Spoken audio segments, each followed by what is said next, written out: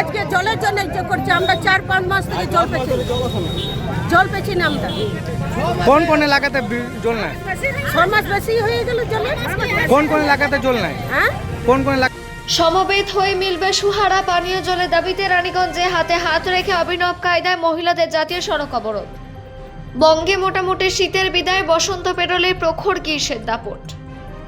ঠিক তার আগে রানীগঞ্জের বাসিন্দাদের জাতীয় সড়ক অবরোধের মধ্য দিয়ে উঠে এলো খনি শহরে তীব্র জলসংকটের চিত্র।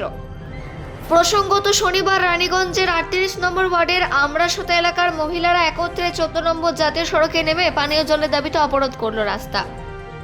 তারা সকলে হাতে হাত রেখে অবরোধে নামে। মহিলাদের এই অভিনব কায়দায় বিক্ষোভ ও রণংদেহী মেজাজ দেখে রাস্তায় নেমে পড়ে পুরুষরাও। মহিলা পুরুষ নির্বিশেষে যৌথ প্রতিবাদ যেন প্রমাণ করলো খনি অঞ্চল রানীগঞ্জ আজ তীব্র জল সংকটে ভুগছে।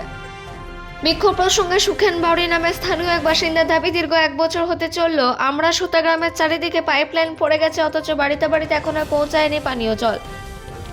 এছাড়াও জাতীয় সড়কে নিত্যদিনের দুর্ঘটনার কথা তুলে ধরেন সাংবাদিকদের মুখোমুখি হয়ে স্থানীয় বাসিন্দা সুখেন বাউরি। তার কথায় যথাশীঘ্র প্রশাসনকে গ্রামে পানীয় জলের বন্দোবস্ত করতে হবে ও দুর্ঘটনা এড়াতে জাতীয় সড়ক বাম্পার নির্মাণ করতে হবে। অন্যদিকে বিক্ষোভকারী মহিলাদের মুখেও একটাই কথা, আমরা অন্য কিছুই চাই না, শুধুমাত্র তৃষ্ণা মেটানোর জন্য সামান্য পানীয় জল হলেই চলবে। রিনা বাউরি নামে এক মহিলা জানান, আমরা দিন আনা দিন খাওয়া মানুষ, কিনে জল খাওয়ার সামর্থ্য আমাদের নেই। এখন পানীয় জল সরবরাহ ঠিকমতো না হলে আমাদের অবস্থা সংকটজনক হয়ে উঠবে। এদিন স্থানীয় বিক্ষোভের জেরে জাতীয় সড়কের উভয় পাশে যানজটের সৃষ্টি হয় এবং ক্ষণিকের জন্য পরিবহন ব্যবস্থা থমকে যায়। তবে ঘটনার খবর পাওয়া মাত্রই দ্রুত ঘটনাস্থলে পৌঁছায় রানীগঞ্জ থানার পাঞ্জাবি মোড় ফাঁড়ির পুলিশ ও 34 নম্বর ওয়ার্ডের কাউন্সিলর জ্যোতি সিং। কাউন্সিলর এবং প্রশাসনের আশ্বাসে বিক্ষোভকারীরা বিক্ষোভ তুলে নিলে আবারও জাতীয় সড়কে যান চলাচল স্বাভাবিক হয়ে ওঠে।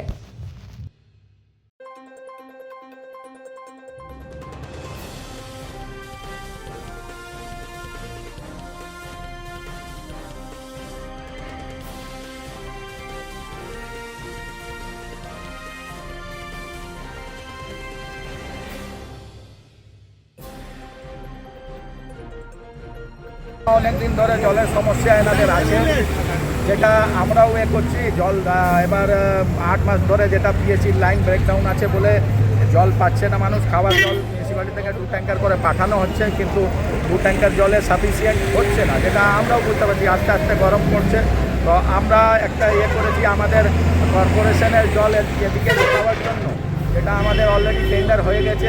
কাজ খুব তাড়াতাড়ির মধ্যে শুরু হবে, যেটা আমরা ঠিক করেছি।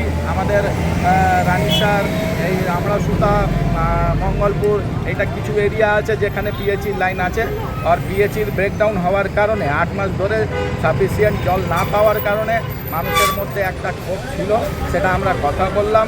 আমরা আগেও বলে দিয়ে গেছি খুব তাড়াতাড়ির মধ্যে কর্পোরেশনের পাইপলাইন এখানে বসবে আর কর্পোরেশনের জল এখানে এই গ্রামে দেওয়া হবে, যেটা আমরা এখন পাবলিককেও বললাম, পাবলিককে বুঝালাম। আগেও আমরা বলে দিয়ে গেছি, এখনও আমরা আপনাদের কাছেও বলছি, আমাদের ওই পাইপলাইনের কাজ খুব তাড়াতাড়ির মধ্যে শুরু হবে।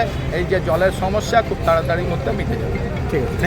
রানীগঞ্জ থেকে অজিত মিশ্রা, রিপোর্ট নিউজে।